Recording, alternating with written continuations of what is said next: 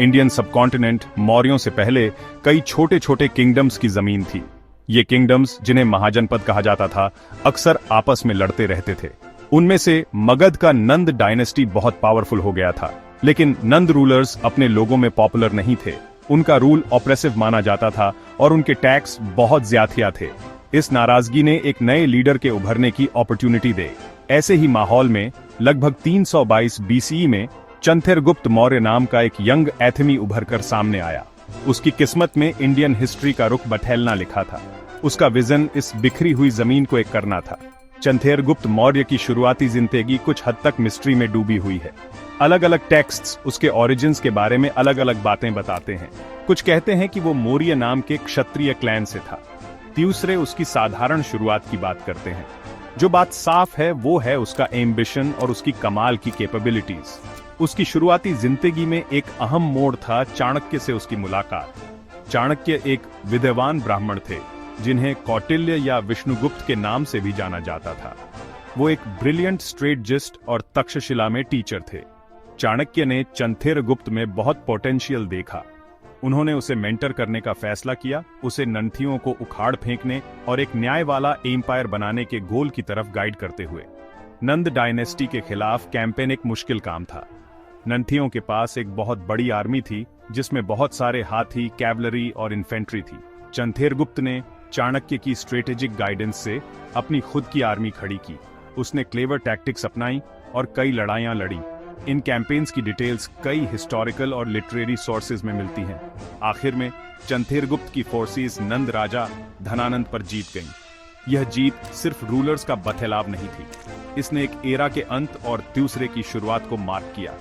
इसने एक सच्चे पैन इंडियन एम्पायर के लिए रास्ता बनाया, एक ऐसा कॉन्सेप्ट जो उस स्केल पर सबकॉन्टिनेंट के लिए नया था।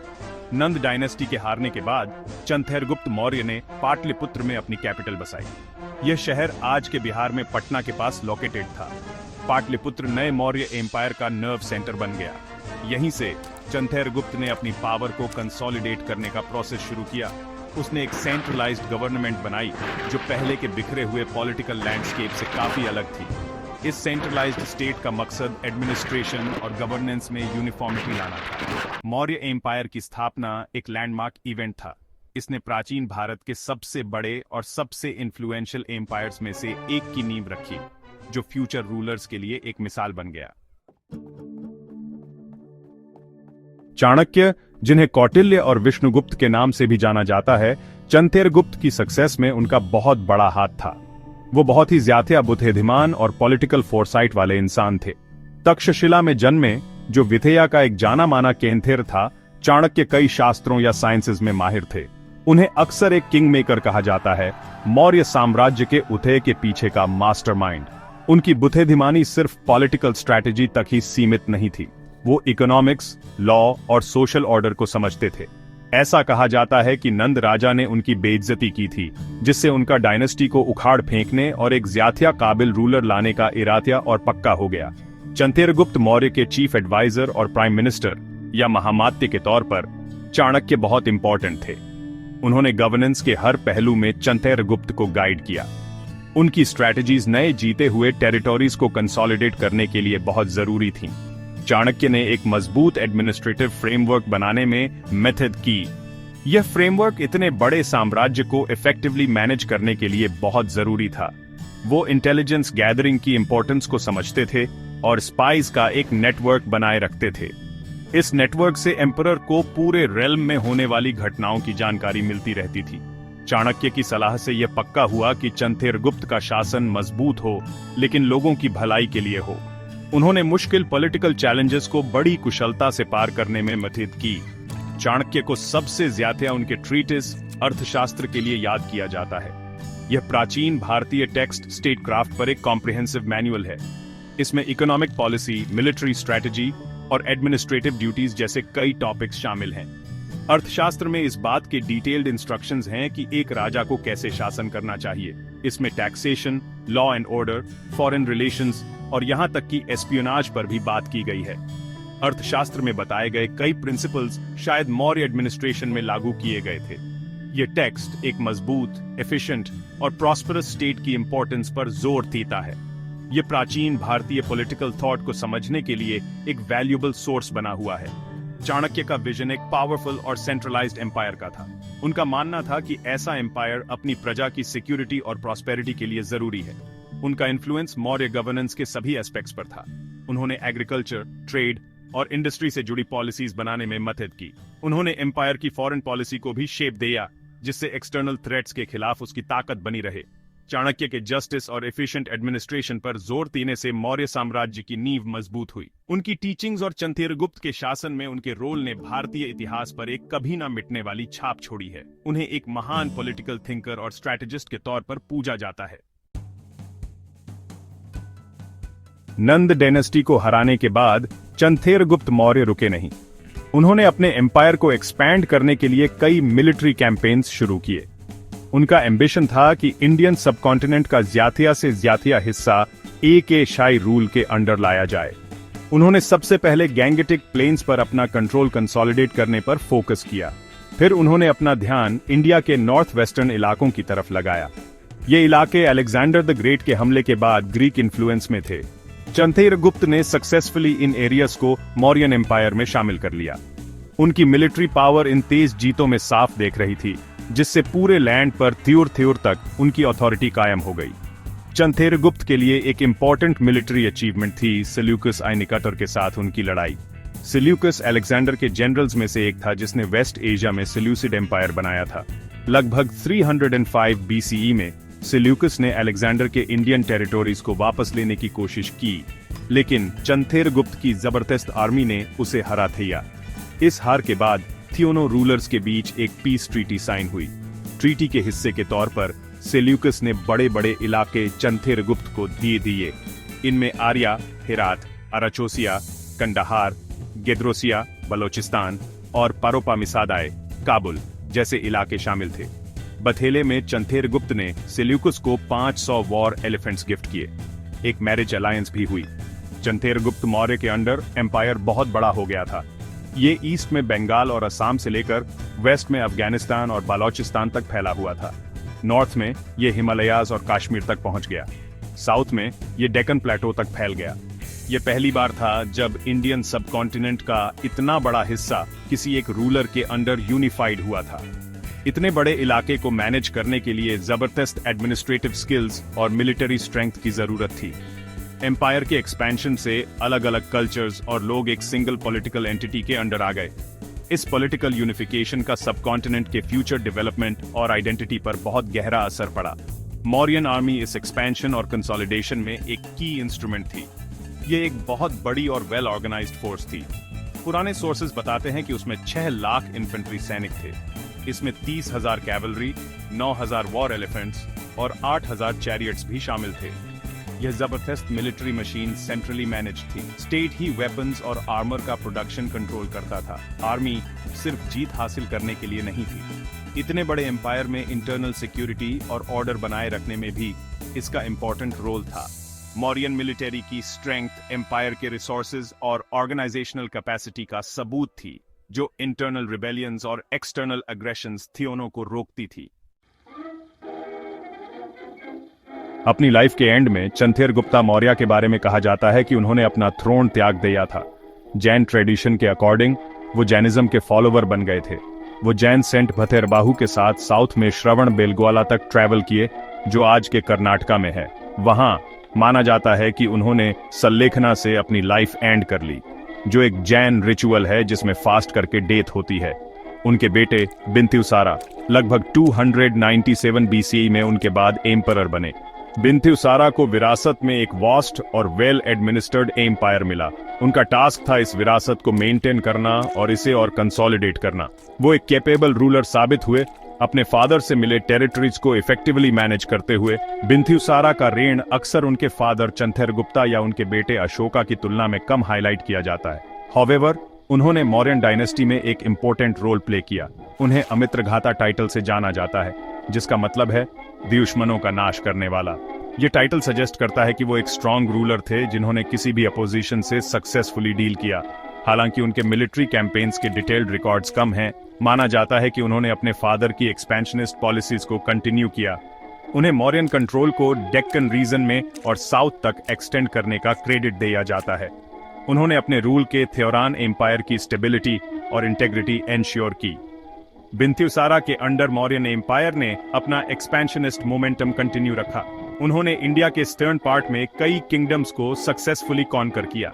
हिस्टोरिकल अकाउंट्स सजेस्ट करते हैं कि उन्होंने 16 स्टेट्स को मौर्यन कंट्रोल में लाया, जिससे एम्पायर इफेक्टिवली एक सी से दूसरे सी तक फैल गया। उन्होंने चंथेरगुप्ता और चाणक्य द्वारा एस्टैब्लिश किए गए एडमिनिस्ट्रेटिव स्ट्रक्चर्स को मेंटेन रखा। इससे यह एनश्योर हुआ कि इतना बड़ा एम्पायर वेल गवर्न्ड रहे। बिंदुसारा की इतने बड़े टेरिटरी को एक साथ होल्ड करने और उसे एक्सपैंड करने की एबिलिटी एक रूलर के तौर पर उनकी कैपेबिलिटीज को दिखाती है। उन्होंने पावर का स्मूथ ट्रांजिशन एंश्योर किया और सब कॉन्टिनेंट पर मौर्यन डोमिनेंस कंटिन्यू रखा। बिंदुसारा ने हेलेनिस्टिक वर्ल्ड के साथ एक्टिव डिप्लोमेटिक रिलेशंस भी मेंटेन रखे। ग्रीक सोर्सेज में डिमैकस जैसे एम्बेसडर्स का जिक्र है, जिन्हें सेल्यूसिड किंग एंटियोकस आई ने उनके कोर्ट में भेजा था। कहा जाता है कि उन्होंने एंटियोकस से ग्रीक वाइन, फिग्स और एक सोफिस्ट फिलोसोफर भी रिक्वेस्ट किया था। यह ऑनगोइंग कल्चरल और डिप्लोमेटिक एक्सचेंजेस को इंडिकेट करता है। बिंदुसारा को वेरियस रिलीजियस सेक्ट्स के पैट्रन के रूप में जाना जाता था। उन्होंने आजीविका फिलॉसफी में इंटरेस्ट दिखाया, जो बुद्धिज्म और जैनिज्म का कंटेम्पररी था। उनका रेन मौर्यन एम्पायर के लिए कंटिन्यूड स्टेबिलिटी और प्रॉस्पेरिटी का पीरियड था, जिसने उनके बेटे अशोका के इवेंटफुल रूल के लिए स्टेज सेट किया। सेक्शन 5, अशोका का रास्ता एक योथेधा से शांति का थ्यूत बनने तक। अशोका बिंदुसार के बेटे इंडिया के सबसे महान राजाओं में से एक थे। अपने शुरुआती जीवन में उन्होंने उज्जैन और तक्षशिला जैसे इंपॉर्टेंट इलाकों में गवर्नर या वाइसरॉय के तौर पर काम किया। इस एक्सपीरियंस ने उन्हें वैल्यूएबल एडमिनिस्ट्रेटिव ट्रेनिंग दी। जब बिंदुसार बीमार पड़े तो ऐसा कहा जाता है कि उनके बेटों के बीच राजगथेथई के लिए लड़ाई छिड़ गई। बुद्धिस्ट किताबों से पता चलता है कि अशोका ने राजगथेथई पाने के लिए अपने भाइयों से जमकर लड़ाई की। वो मौर्य राजगथेथई पर लगभग 268 बीसीई में बैठे। राजा के तौर पर उनके शुरुआती साल एम्पायर को और फैलाने की पॉलिसीज को जारी रखने के लिए जाने जाते हैं। वो अपनी बड़ा बनने की चाह और अपनी मिलिट्री कैपेबिलिटीज के लिए जाने जाते थे। अपने राज के इनिशियल फेज में अशोका को चंडाशोक के नाम से जाना जाता था। इस नाम का मतलब है अशोका दी फियर्स या अशोका दी क्रूएल। ये रेप्यूटेशन उनकी एग्रेसिव पॉलिसीज और डिसेंट से निपटने में उनकी रूथलेसनेस की वजह से बनी थी। वो मौर्य एम्पायर को उसकी थ्यूर से ध्यूर सीमाओं तक फैलाने के लिए डिटर्मिन्ड थे। उन्होंने राजा बनने का ट्रेडिशनल रास्ता अपनाया, जिसमें अक्सर वॉरफेयर और जीत शामिल होती थी। उनकी मिलिट्री ताकत काफी ज्यादा थी और उन्होंने इसका इस्तेमाल अपनी पावर को मजबूत करने और नए इलाकों पर अपना धैप्तेबा बढ़ाने के लिए किया।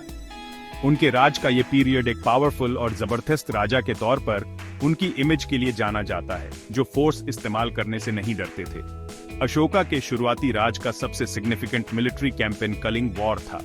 कलिंग, जो आज के ओडिशा के बराबर का एक रीजन है, एक खुशहाल किंगडम था। ये मौर्य रूल से इंडिपेंडेंट रहा था। लगभग 261 बीसीई में अशोका ने कलिंग को जीतने के लिए एक मैसिव इन्वेजन लॉन्च किया। ये वॉर बड़ी फेरोसिटी से लड़ा गया था। कलिंग के लोगों ने ब्रेवली रेजिस्ट किया, लेकिन वो अल्टीमेटली हार गए। वॉर के नतीजे बहुत भयानक थे।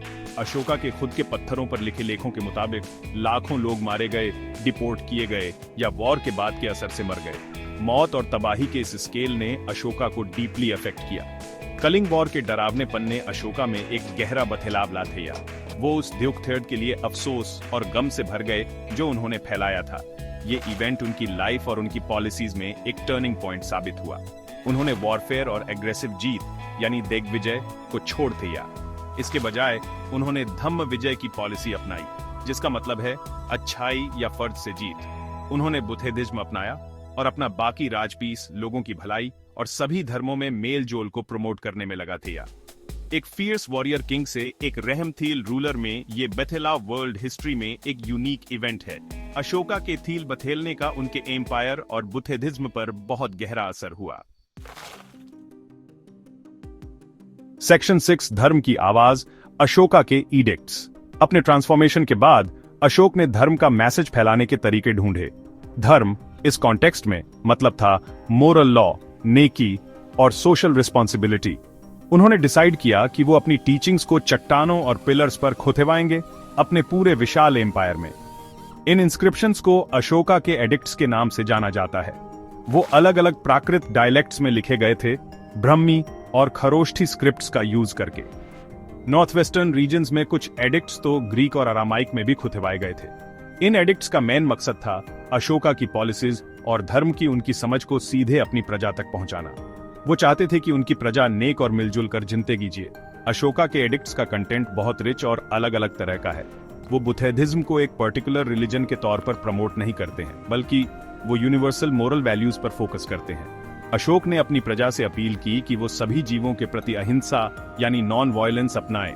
उन्होंने माता पिता की बात मानने और बड़े बुजुर्गों, टीचर्स और सन्यासियों का आदर करने की इंपॉर्टेंस पर जोर दिया। उन्होंने रिलीजियस टॉलरेंस की वकालत की, लोगों से अपील की कि सभी संप्रदायों का आदर करें। एडिक्ट्स में अशोका के सोशल वेलफेयर के कथनों का भी जिक्र है। इसमें शामिल था पेड़ लगाना, कुएं खोदना और इंसानों और जानवरों के लिए मेडिकल फैसिलिटीज बनाना। उन्होंने धर्म महामत्ता नाम के ऑफिशियल्स अपॉइंट किए जो धर्म का प्रचार करते और ये पक्का करते कि लोग उसे माने। अशोका के एडिक्ट्स कई फॉर्म्स में खोतवाए गए थे। मेजर रॉक एडिक्ट्स हैं जो चौथे इंस्क्रिप्शंस का एक सेट है और अलग अलग जगहों पर मिलते हैं। माइनर रॉक एडिक्ट्स भी हैं जो छोटे इंस्क्रिप्शंस हैं। पिलर एडिक्ट्स को खूबसूरती से पॉलिश किए गए पत्थर के पिलर्स पर खुतवाया गया था, जिनके ऊपर अक्सर जानवरों की आकृतियां होती थीं। ये एडिक्ट्स स्ट्रेटेजिकली ऐसी जगहों पर लगाए गए थे जहां जातिया लोग रहते थे और ट्रेड रूट्स पर। इनका ज्योग्राफिकल फैलाव वेस्ट में अफगानिस्तान से लेकर साउथ में आंध्र प्रदेश तक अशोका के एम्पायर की विशाल पहुंच को दिखाता है। जो लैंग्वेज यूज की गई थी वो सिंपल थी और अलग अलग रीजन्स के आम लोग आसानी से समझ सकते थे। अशोका के एडिक्ट्स बहुत ही अनमोल हिस्टोरिकल सोर्सेज हैं। वो उनके शासन, उनकी पॉलिसीज और उनके पर्सनल ट्रांसफॉर्मेशन के बारे में फर्स्ट हैंड इंफॉर्मेशन देते हैं। उनसे मौर्य इंडिया के सोशल, इकोनॉमिक और रिलीजियस हालात के बारे में जानकारी मिलती है। एडिक्ट्स ने बुद्धिस्ट प्रिंसिपल्स जैसे थिया, अहिंसा और सहनशीलता को फैलाने में इंपॉर्टेंट रोल निभाया। उन्होंने एम्पायर के अलग अलग लोगों को एक कॉमन मोरल कोड के नीचे एक करने में भी मातहियत की। अशोका का शांति और अच्छे आचरण का मैसेज जो पत्थरों पर लिखा है, सिटियों से गूंजता आ रहा है। ये आज भी लोगों को इंस्पायर करता है और मोरल प्रिंसिपल्स पर बेस्ट उनके शासन के यूनिक तरीके को हाईलाइट करता है। सेक्शन 7, राजकाज के आधार, मौर्य एडमिनिस्ट्रेशन और इकोनॉमी। मौर्य साम्राज्य में एक हाईली सेंट्रलाइज्ड एडमिनिस्ट्रेटिव सिस्टम था। एम्परर स्टेट का सुप्रीम हेड होता था। उसके पास एग्जीक्यूटिव, लेजिस्लेटिव और जुडिशियल सभी मामलों में अल्टीमेट अथॉरिटी थी। एम्परर की मतहित के लिए एक काउंसिल ऑफ मिनिस्टर्स थी जिसे मंत्री परिषद कहते थे। ये काउंसिल किंग को इंपॉर्टेंट पॉलिसी मैटर्स पर एडवाइस करती थी। की ऑफिशियल्स में थे महामात्य यानी प्राइम मिनिस्टर, सेनापति द कमांडर इन चीफ और पुरोहित the chief priest. Administration active, well organised और हायरार्किकल था। इस स्ट्रक्चर से इतने बड़े एम्पायर पर एफिशिएंट गवर्नेंस और कंट्रोल मिलता था, कैपिटल से लेकर देवथेराज के विलेजेस तक। एडमिनिस्ट्रेशन की आसानी के लिए एम्पायर को प्रोविंसेस में बांटा गया था, जिन्हें अक्सर चक्र कहते थे। इन प्रोविंसेस को यूजुअली कुमार गवर्न करते थे, जो रॉयल ब्लड के प्रिंसेस होते थे, या फिर महामात्य, जो हाई रैंकिंग ऑफिशियल्स होते थे जिन्हें एम्परर अपॉइंट करता था। इंपॉर्टेंट प्रोविंशियल कैपिटल्स में शामिल थे तक्षशिला, उज्जैन, तौसली और सुवर्णगिरी। प्रोविंसेस को आगे डिस्ट्रिक्ट्स में बांटा जाता था, जिन्हें आहार या विषय कहते थे, जिन्हें स्थानिक और गोप जैसे ऑफिशियल्स मैनेज करते थे। गांव या ग्राम सबसे छोटी एडमिनिस्ट्रेटिव यूनिट थी, जिसका हेड ग्रामिक होता था। एक एक्सटेंसिव ब्यूरोक्रेसी जिसमें कई डिपार्टमेंट्स और ऑफिशियल्स थे, गवर्नेंस के अलग अलग एस्पेक्ट्स के लिए रिस्पॉन्सिबल थी, ताकि सब कुछ स्मूथली चलता रहे। एग्रीकल्चर मौर्य इकोनॉमी की बैकबोन थी। स्टेट इसकी इंपॉर्टेंस को समझता था और इसे प्रमोट करने के लिए मेजर्स लेता था। लैंड रेवेन्यू एम्पायर के लिए इनकम का प्राइमरी सोर्स था। रेवेन्यू का अमाउंट अलग अलग होता था, टिपिकली प्रोड्यूस का छठा हिस्सा से लेकर चौथाई हिस्से तक। स्टेट के अपने बड़े बड़े फार्म्स भी थे, जिन पर लेबरर्स और कैथी खेती करते थे। एग्रीकल्चरल प्रोडक्टिविटी को इंप्रूव करने के लिए स्टेट इरिगेशन फैसिलिटीज को डेवलप और मेंटेन करता था। एग्रीकल्चर के अलावा मौर्य स्टेट कई दूसरी इंडस्ट्रीज को भी कंट्रोल करता था। इनमें शामिल थी माइनिंग, फॉरेस्ट्री और आर्म्स और टेक्सटाइल्स का मैन्युफैक्चर। इस कंट्रोल से सिग्निफिकेंट रेवेन्यू जनरेट होता था। मौर्य पीरियड में ट्रेड और कॉमर्स खूब फला फूला। एम्पायर के अंतर एक्सटेंसिव इंटरनल ट्रेड होता था, जिसमें रोड्स और वाटरवेज के नेटवर्क से आसानी होती थी। स्टेट ट्रेड को रेगुलेट करने और फेयर प्रैक्टिसेस इंश्योर करने में एक्टिव रोल निभाता था। फॉरेन कंट्रीज के साथ भी एक्सटर्नल ट्रेड होता था, जिसमें पश्चिम में हेलेनिस्टिक किंगडम्स और पॉसिबली साउथ ईस्ट एशिया भी शामिल थे। पंचमार्क कॉइन्स, जो सिल्वर और कॉपर के बने होते थे, कॉमन करेंसी थे। इंफ्रास्ट्रक्चर का डेवलपमेंट, जैसे कि उत्तरापथ या नॉर्दर्न रूट जैसी रोड्स, इनसे इकोनॉमिक एक्टिविटी को और बूस्ट मिला। मौर्य इकोनॉमिक पॉलिसीज का एम था प्रॉस्पेरिटी इंश्योर करना और स्टेट के लिए रिसोर्स मोबिलाइजेशन करना। सेक्शन 8, एक युग का अंत, मौर्यों का पतन। मौर्य साम्राज्य अशोक की मौत के बाद लगभग 232 बीसीई में कमजोर होने लगा था। अशोक के बाद जो राजा आए वो उतने स्ट्रांग नहीं थे। उनके बाद जो आए, जैसे कि दशरथ, संप्रति, शालिसुक और बृहथिरथ, इतने बड़े एम्पायर को संभाल नहीं पाए। जो मजबूत सेंट्रल पावर थी, जो चंथेरगुप्त, बिंदुसार और अशोक के टाइम पर थी, वो धीरे धीरे कमजोर हो गई। इतने बड़े एरिया पर कंट्रोल बनाए रखने के लिए बहुत ही बढ़िया लीडरशिप और रिसोर्सेज की जरूरत थी। लेकिन अफसोस, बाद के मौर्य राजाओं में अपने पहले के राजाओं जैसी थ्योर की सोच और कैपेबिलिटी नहीं थी। इस वजह से एम्पायर की मेन ताकत धीरे धीरे खत्म होने लगी। मौर्य साम्राज्य के पतन के कई कारण थे। कुछ हिस्टोरियंस का मानना है कि अशोक की नॉन वायलेंस यानी अहिंसा की पॉलिसी ने मिलिट्री को कमजोर कर दिया होगा। इससे एम्पायर शायद अंतरूनी बगावतों और बाहरी हमलों का शिकार बन गया होगा। लेकिन इस बात पर बहस होती है, क्योंकि अशोक ने आर्मी को खत्म नहीं किया था।